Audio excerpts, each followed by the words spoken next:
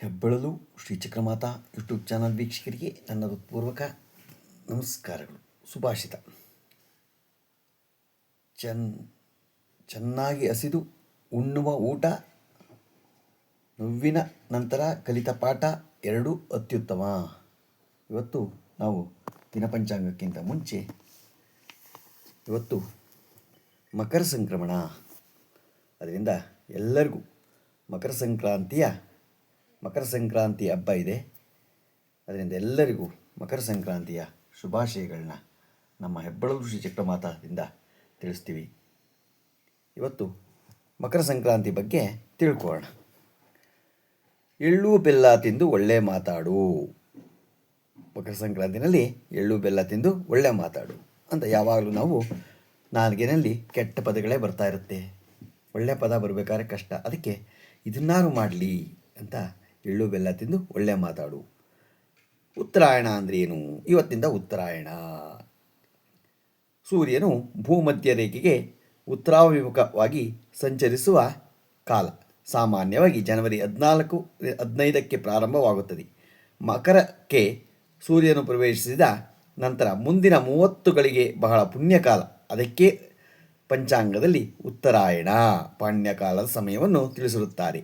ಉತ್ತರಾಯಣ ಪರ್ವದ ಕಾಲದಲ್ಲಿ ಕರಿ ಎಳ್ಳು ಅರೆದು ಅದನ್ನು ಮೈಗೆ ಹಚ್ಚಿಕೊಂಡು ಎಲ್ಲರಿಗೂ ಸ್ನಾನ ಮಾಡಬೇಕು. ಇದರಿಂದ ರೋಗದಿಂದ ದೂರ. ಉತ್ತರಾಯಣ ಪೂರ್ವಕಾಲದಲ್ಲಿ ಹೆಂಗಸರು ತಲೆಮೆಯ ಮೇಲೆ ಸ್ನಾನ ಮಾಡಬಾರದು, ಆದರೆ ಎಳ್ಳು ಮೈಗೆ ತಿಕ್ಕಿ ಸ್ನಾನ ಮಾಡಬೇಕು. ಮಕರ ಸಂಕ್ರಾಂತಿ ದಿನ ಪಟ್ಟಿಲ ಕರ್ಮಾನುಷ್ಠಾನ ಆಚರಣೆ ಮಾಡಬೇಕು. ಅಂದರೆ ಎಳ್ಳಿನ ಸಂಬಂಧಿತ 6 ಕರ್ಮಾನುಷ್ಠಾನ: ಎಳ್ಳು ಹಚ್ಚಿ ಸ್ನಾನ, ಎಳ್ಳು ದಾನ, ಎಳ್ಳು ಹೋಮ, ಎಳ್ಳು ಭಕ್ಷಣ, ಎಳ್ಳಿನಿಂದ ತರ್ಪಣ, ಎಳ್ಳೆಣ್ಣೆಯ ದೀಪ ಇವು ಬಹಳ ವಿಶೇಷ. ಸಂಕ್ರಮಣ ಪರ್ವಕಾಲದಲ್ಲಿ 12 ಪಿತೃಗಳಿಗೆ ತರ್ಪಣ ರೂಢಿಯಲ್ಲಿದೆ. ಸರ್ವ ಪಿತೃಗಳಿಗೂ ತರ್ಪಣ ಕೊಡಬೇಕು. ಕನಿಷ್ಠ 12 ಪಿತೃಗಳಾದರೂ ನಾವು ಕೊಡಲೇಬೇಕು. ಸಂಕ್ರಾಂತಿ ಎಂದರೇನು? ಸೂರ್ಯನು ಒಂದು ರಾಶಿಯಿಂದ ಇನ್ನೊಂದು ರಾಶಿಗೆ ಸಾಗುವುದನ್ನು ಸಂಕ್ರಮಣ ಎನ್ನುತ್ತಾರೆ. ಒಟ್ಟು ಎಷ್ಟು ಸಂಕ್ರಮಣಗಳಿವೆ? ಒಟ್ಟು 12 ಸಂಕ್ರಮಣಗಳಿವೆ. ಮಕರ ಸಂಕ್ರಮಣ ಅಂತ ಅಂದರೆ ಏನು? ಸೂರ್ಯನು ಧನುರಾಶಿಯಿಂದ ಮಕರ ರಾಶಿಗೆ ಪ್ರವೇಶಿಸುವ ಸಮಯವನ್ನು ಮಕರ ಸಂಕ್ರಮಣ ಅಥವಾ ಉತ್ತರಾಯಣ ಪರ್ವಕಾಲ ಎನ್ನುತ್ತಾರೆ. ಸಂಕ್ರಮಣದ ಪರ್ವಕಾಲವೆಂದರೇನು ಅಂದರೆ ಸೂರ್ಯನು ಮತ್ತೊಂದು ರಾಶಿಯನ್ನು ಪ್ರವೇಶಿಸುವ ಸಮಯವನ್ನು ಸಂಕ್ರಮಣ ಪರ್ವಕಾಲವೆನ್ನುತ್ತಾರೆ. ದಕ್ಷಿಣಾಯನ ಪುಣ್ಯಕಾಲದಲ್ಲಿ ಉತ್ತರಾಯಣ ಮುಗಿಯುವ ಮುನ್ನದ ಕೆಲವೇ ಗಳಿಗೆ ಪ್ರಶಸ್ತ. ಉತ್ತರಾಯಣ ಪುಣ್ಯಕಾಲದಲ್ಲಿ ಮಕರ ರಾಶಿಯು ಪ್ರವೇಶಿಸಿದ ನಂತರ ಗಳಿಗೆ ಪ್ರಶಸ್ತ. ಮಕರ ಸಂಕ್ರಾಂತಿ ಅಂದ್ರೇನು? ಈ ಸಲದ ಮಕರ ಸಂಕ್ರಮಣದ ಪರ್ವಕಾಲ ಸಮಯ ಯಾವುದು ಅಂದರೆ ಈ ಸಮಯ ಸಂಕ್ರಮಣ ಪರ್ವಕಾಲ 14/1/2026 ಬುಧವಾರ ಸಂಜೆ 8:56ರಿಂದ 15/1/2026 ಬೆಳಗ್ಗೆ 8:56 ಉತ್ತರಾಯಣ ಪರ್ವಕಾಲ ಇರುತ್ತದೆ. ಸಂಕ್ರಮಣ ಕಾಲದಲ್ಲಿ ನದಿಯಲ್ಲಿ ಸ್ನಾನ ಮಾಡಿದರೆ ಶ್ರೇಷ್ಠ ಎನ್ನುತ್ತಾರೆ. ಆದರೆ ಅಲ್ಲಿಗೆ ಹೋಗಲು ಅನುಕೂಲ ಇಲ್ಲದವರು ಏನು ಮಾಡಬೇಕು ಅಂದರೆ ಎಲ್ಲರೂ ಸಂಕ್ರಮಣ ಸಂದರ್ಭದಲ್ಲಿ ನದಿ ಸ್ನಾನಕ್ಕೆ ಹೋಗಲು ಅಥವಾ ಬಾವಿಯಲ್ಲಿ ಸ್ನಾನ ಮಾಡಲು ಸಾಧ್ಯವಿಲ್ಲ. ಅಂಥವರು ಮನೆಯಲ್ಲಿಯೇ ಗಂಗಾದಿ ಸಕಲ ತೀರ್ಥಾಭಿಮಾನಿ ದೇವತೆಗಳನ್ನು ನೆನೆದು ಸ್ನಾನ ಮಾಡತಕ್ಕದ್ದು. ಮಕರ ಸಂಕ್ರಮಣದಲ್ಲಿಂದ ಪೂಜೆಯನ್ನು ಸಂಕ್ರಮಣದ ನಂತರವೇ ಮಾಡಬೇಕು ಅಥವಾ ಮುನ್ನವೇ ಮಾಡಬಹುದಾ? ಮಕರ ಸಂಕ್ರಮಣದಲ್ಲಿ ಪೂಜೆಯನ್ನು ಸಂಕ್ರಮಣಕ್ಕಿಂತ ಮುನ್ನವೇ ಮಾಡಬಹುದೋ? ಗೊತ್ತಾಯ್ತಾ? ತರ್ಪಣಾದಿಗಳಿಗೆ ತರ್ಪಣ ಕೊಡುವ ಸಮಯ ಯಾವುದು ಅಂತಂದರೆ ಮಕರ ಸಂಕ್ರಮಣ ಪರ್ವಕಾಲ ಸಮಯದಲ್ಲಿ ಬೆಳಿಗ್ಗೆ 3:01 ಬೆಳಿಗ್ಗೆ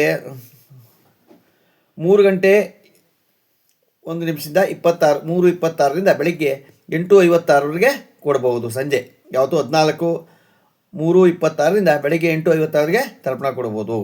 ಮಕರ ಸಂಕ್ರಮಣ ದಿನವೇ ಶ್ರಾದ್ದ ಇದ್ದರೆ ಏನು ಮಾಡಬೇಕು ಅಂತಂದರೆ ಶ್ರಾದ್ದವನ್ನು ಸಂಕ್ರಮಣ ಮುನ್ನವೂ ಮಾಡಬಹುದು. ಆ ಸಂದರ್ಭದಲ್ಲಿ ಮಾಡಿದರೆ ಶ್ರೇಷ್ಠ. ದಾನವನ್ನು ಯಾವಾಗ ಕೊಡಬೇಕು ಅಂತಂದರೆ ದಾನವನ್ನು ಸಂಕ್ರಮಣ ಸಮಯದಲ್ಲಿ ಅಥವಾ ನಂತರ ಕೊಡಬಹುದು. ಅನುಕೂಲವಿದ್ದರೆ ದಾನ ಆ ಸಮಯದಲ್ಲೇ ಕೊಡಿ, ಇಲ್ಲದಿದ್ದರೆ ಅದನ್ನು ಮೀಸಲಿಟ್ಟು ನಂತರ ದಾನ ಕೊಡಬಹುದು. ತಂದೆಯವರು, ಸ್ತ್ರೀಯರು, ಮಕ್ಕಳು ಬೆಳಿಗ್ಗೆ ಫಲಹಾರ ನಾವು ಮಾಡ್ಬೋದಾ ಇಲ್ವಾ ಅಂತಂದರೆ ಅವರುಗಳು ಉಪವಾಸವಿರಬೇಕೆಂದಿಲ್ಲ. ಬೆಳಿಗ್ಗೆ ಪೂಜೆ ಮುಗಿಸಿ ಹಣ್ಣು ಫಲಹಾರ ಮಾಡಿ ಸಂಕ್ರಮಣ ನಂತರ ಭೋಜನ ಮಾಡಬಹುದು. ಸ್ತ್ರೀಯರು ಸಂಕ್ರಮಣ ಸಮಯದಲ್ಲಿ ತಲೆಗೆ ಸ್ನಾನ ಮಾಡಬಾರ್ದು. ಸ್ತ್ರೀಯರು ಯಾವ ಕಾಲದಲ್ಲಿ ಬರೀ ಸ್ನಾನ ಮಾಡುವಂತಿಲ್ಲ. ಎಣ್ಣೆ ನೀರು ಹಾಕಿಕೊಳ್ಳುವವರು ಮಾತ್ರ ತಲೆ ಸ್ನಾನ ಮಾಡಬಹುದು. ಸಂಕ್ರಮಣಕ್ಕೂ ಮುನ್ನವೇ ಅಡಿಗೆ ಮಾಡೋದು ಅಥವಾ ಗ್ರಹಣದ ರೀತಿ ನಂತರ ಮಾಡಬೇಕೆಂದರೆ ಯಾವಾಗ ಬೇಕಾದ್ರೂ ಮಾಡ್ಬೋದು. ಗ್ರಹಣಕ್ಕೂ ಸಂಕ್ರಮಣಕ್ಕೂ ಬಹಳ ವ್ಯತ್ಯಾಸವಿದೆ, ಗೊತ್ತಾಯ್ತಾ? ಅದರಿಂದ ನಾವು ಮಾಡಬಹುದು. ಅದನ್ನು ಮಾಡೋದ್ರಿಂದ ನಮಗೆ ಒಳ್ಳೆಯದಾಗತ್ತೆ, ಗೊತ್ತಾಯ್ತಾ? ಮಾಡ್ಬೋದು, ಅದನ್ನೇನು ಮಾಡಲೇಬಾರ್ದು ಅಂತ ಏನಿಲ್ಲ, ಗೊತ್ತಾಯ್ತಾ? ಮಾಡಿದ್ರೆ ಮಾಡ್ಕೋಬೋದು. ನಾವು ಹಾಗೆ ಮಾಡಬೇಕು, ಹೀಗೆ ಮಾಡಬೇಕು, ಇವಾಗ ಗ್ರಹಣನೇ ಬೇರೆ, ಇದೇ ಬೇರೆ, ಗೊತ್ತಾಯ್ತಾ? ಉತ್ತರಾಯಣ ಪರ್ವಕಾಲದಲ್ಲಿ ತಿಲ ಸ್ನಾನ ಮಾಡಬೇಕು. ಎಳ್ಳು ಸ್ವೀಕಾರಕ್ಕೆ ವೈಜ್ಞಾನಿಕ ಮಕರ ಸಂಕ್ರಾಂತಿ ಅಂದ್ರೇನು? ಇಂದು ಗೋವುಗಳನ್ನು ವಿಶೇಷವಾಗಿ ಪೂಜಿಸಬೇಕು. ಹಸುಗಳಿಗೆ ವಿಶೇಷವಾಗಿ ಸ್ನಾನ ಮಾಡಿಸಿ ಅರಿಶಿನ ಹಚ್ಚಿ ಕೊಂಬುಗಳಿಗೆ ಮತ್ತು ಇಡೀ ಗೋವಿಗೆ ವಿಶೇಷ ಅಲಂಕಾರ ಮಾಡಿ ಪೂಜೆ ಮಾಡುತ್ತಾರೆ. ಯಾಕೆಂದರೆ ಎಳ್ಳು ಧನುರ್ಮಾಸದಲ್ಲಿ ದೇಹಕ್ಕೆ ಉಂಟಾಗುವ ತೊಂದರೆಗಳಿಂದ ನಿವಾರಿಸುವ ಉದ್ದೇಶದಿಂದ ವೈಜ್ಞಾನಿಕ ಕಾರಣಗಳಿಂದ ಹುಗ್ಗಿಯನ್ನು ಸೇವಿಸುತ್ತಾರೆ. ಏಕೆಂದರೆ ಚಳಿಗಾಲದಲ್ಲಿ ಏನಾಗುತ್ತೆ ಅಂದರೆ ನಮಗೆ ಮೈ ಬೆಚ್ಚಗೆ ಇರಬೇಕು ಅಂತ ವೈಜ್ಞಾನಿಕ ಕಾರಣ ಅದು, ಗೊತ್ತಾಯ್ತಾ? ಅವೆಲ್ಲ ಇರೋದ್ರಿಂದ ಅವೆಲ್ಲ ಹಿಂದೋರು ಸುಮ್ಮನೆ ಮಾಡಿಲ್ಲ, ಗೊತ್ತಾಯ್ತಾ? ಅದನ್ನು ನಾವು ಮಾಡಬೇಕು. ಮಾಡಿದ್ರೆ ನಮ್ಮ ದೇಹಕ್ಕೆ ಆ ಒಂದು ಬೆಚ್ಚಗಿನ ಒಂದು ಇದರಿಂದ ಮಾಡೋದು. ಹುಗ್ಗಿಯನ್ನು ಸೇವಿಸ್ತದೆ. ಏಕೆಂದರೆ ಚಳಿಗಾಲವು ಧನುರ್ಮಾಸದಲ್ಲಿ ಉಲ್ಬಣವಾಗಿರುತ್ತದೆ. ಈ ಕಾಲದಲ್ಲಿ ಮಲಬದ್ಧತೆಯಾಗಿ ತೊಂದರೆಯಾಗಿರುತ್ತದೆ. ಏಕೆಂದರೆ ಚಳಿಗಾಲದಲ್ಲಿ ಶರೀರದಲ್ಲಿರುವ ಉಷ್ಣಾಂಶವು ಹೆಚ್ಚು ವ್ಯಯವಾಗಿ ಅದನ್ನು ಸರಿದೂಗಿಸಲು ವಾತಾವರಣವು ಸರಿಯಾಗಿದ್ದರೆ ಚರ್ಮ ಸುಕ್ಕುಗಟ್ಟುತ್ತದೆ. ಎರಡನೇದಾಗಿ ಯಾವಾಗ ಚರ್ಮ ಉಷ್ಣಾಂಶವು ಕಮ್ಮಿಯಾಗುತ್ತದೋ ಆಗ ಚರ್ಮ ಬಿರಿಯುತ್ತೆ. ಶಾಸ್ತ್ರದ ಪ್ರಕಾರ ಹುಗ್ಗಿಯನ್ನು ಪ್ರಾತಃ ಕಾಲ ಸೇವಿಸಿದರೆ ಮೇಲೆ ಹೇಳಿದ ಶರೀರದ ಕೊರತೆ ಇಲ್ಲ, ಸರಿದೂಗುತ್ತೆ ಅವೆಲ್ಲ. ಧನುರ್ಮಾಸ ಕಳೆದ ವಾರಕ್ಕೆ ಮಾಸ ಆರಂಭವಾಗುವವರೆಗೆ ಮನುಷ್ಯನ ದೇಹದಲ್ಲಿನ ಕೊಬ್ಬಿನ ಅಂಶ ಅವಶ್ಯಕತೆಯಷ್ಟು ಇರುವುದಿಲ್ಲ, ಕಮ್ಮಿ ಆಗತ್ತೆ. ಉತ್ತರಾಯಣ ಕಾಲದಿಂದ ಸೆಕೆ ಪ್ರಾರಂಭವಾಗುವುದರಿಂದ ಈ ದೇಹಕ್ಕೆ ಅತ್ಯವಶ್ಯಕವಾದ ಕೊಬ್ಬಿನ ಅಂಶ ಸರಿದೂಗದಿದ್ದರೆ ಮುಂದೆ ಬಿಸಿಲಿನ ತಾಪದಿಂದ ಅನೇಕ ತೊಂದರೆ ಆಗತ್ತೆ. ಇದನ್ನು ತಪ್ಪಿಸಲು ಮುಂಜಾಗ್ರತಾಕ್ರಮವಾಗಿ ನಾವೇನು ಮಾಡಬೇಕು? ವೈದ್ಯಶಾಸ್ತ್ರ ಮತ್ತು ಇದರ ಪ್ರಕಾರ ಆಹಾರಶಾಸ್ತ್ರ ಪ್ರಕಾರ ಶರೀರದ ಚರ್ಮ, ನೇತ್ರ ಮತ್ತು ಅಸ್ಥಿ ಇವುಗಳ ಬೆಳವಣಿಗೆ ಬೇಕಾದ ಎ ಮತ್ತು ಬಿ ವಿಟಮಿನ್ ಕೊಬ್ಬಿನಲ್ಲಿ, ತೈಲ ಧಾನ್ಯವಾದ ಎಳ್ಳಿನಲ್ಲಿ ವಿಟಮಿನ್ ಇರೋದ್ರಿಂದ ಎಳ್ಳು ಬೆಲ್ಲ ತಿನ್ನಬೇಕು. ಎಳ್ಳು ಬೆಲ್ಲ ತಿಂದು ಒಳ್ಳೆ ಮಾತಾಡೋದಂದರೆ ನವಗ್ರಹಗಳಿಗೆ ನವಧಾನ್ಯ ಹೇಳುತ್ತಾರೆ. ನವಧಾನ್ಯಗಳಲ್ಲಿ ಎಳ್ಳು ಮಾತ್ರ ತೈಲಧಾನ್ಯ, ಉಳಿದವು ಯಾವುದಕ್ಕೂ ತೈಲಧಾನ್ಯವಿಲ್ಲ. ಆದ್ದರಿಂದ ಎಳ್ಳನ್ನು ತಿನ್ನಬೇಕಿದ್ದರೆ ಬರೀ ಎಳ್ಳು ತಿಂದರೆ ಪಿತ್ತ ಜಾಸ್ತಿ ಆಗುತ್ತದೆ. ಅದಕ್ಕೆ ಪಿತ್ತ ಆಹಾರವಾದ ಬೆಲ್ಲ ನಾವು ಅದ್ರ ಜೊತೆಗೆ ಸೇರಿಸ್ಕೊಂಡಾಗ ಪಿತ್ತ ನಮಗೆ ಆಗಲ್ಲ. ಅದರಿಂದ ಎಳ್ಳು ಬೆಲ್ಲ ತಿನ್ನಿ ಅಂತ ಹೇಳ್ತಾರೆ, ಗೊತ್ತಾಯ್ತಾ? ನಾವು ಎಳ್ಳೇ ತಿಂದರೆ ಪಿತ್ತ ಆಗೋದ್ರಿಂದ ಪಿತ್ತವನ್ನು ಆಗೋಕ್ಕೆ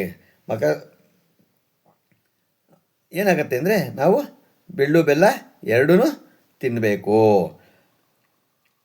ಅದಕ್ಕೆ ಪಿತ್ತ ಸರಿದೋಗುತ್ತೆ. ಸ್ವಭಾವತಃ ಬೆಲ್ಲವೂ ಪಿತ್ತದ ಗುಣವುಳ್ಳವಾದ್ದರಿಂದ ಬೆಳ್ಳಿನ ಜೊತೆ ತೆಗೆದುಕೊಂಡರೆ ಏನಾಗುತ್ತೆ? ಪಿತ್ತವನ್ನು ಸ್ಥಿಮಿತದಲ್ಲಿಡುತ್ತದೆ, ಗೊತ್ತಾಯ್ತಾ? ಉಷ್ಣಂ ಶೀತಲಂ ಎನ್ನುವ ಹಾಗೆ ಪಿತ್ತವನ್ನು ಪಿತ್ತದಿಂದ ನಾಶ ಮಾಡುವುದೇ ಅಂದರೆ ಮುಳ್ಳಿನಿಂದ ಮುಳ್ಳು ತೆಗೆಯಿಂದ. ಎಳ್ಳು ಬೆಲ್ಲ ಹಸಿ ಎಳ್ಳಿನ ದೋಷ ನಿವಾರಣೆಗಾಗಿ ಹುರಿದು ಉಪಯೋಗಿಸಬೇಕು. ಇದರ ಜೊತೆಗೆ ರುಚಿಗೋಸ್ಕರ ಕೊಬ್ಬಿನ ಅಂಶವಿರುವ ಕಡಲೆಕಾಯಿ ಬೀಜವನ್ನು ಬೆರೆಸ್ತಾರೆ.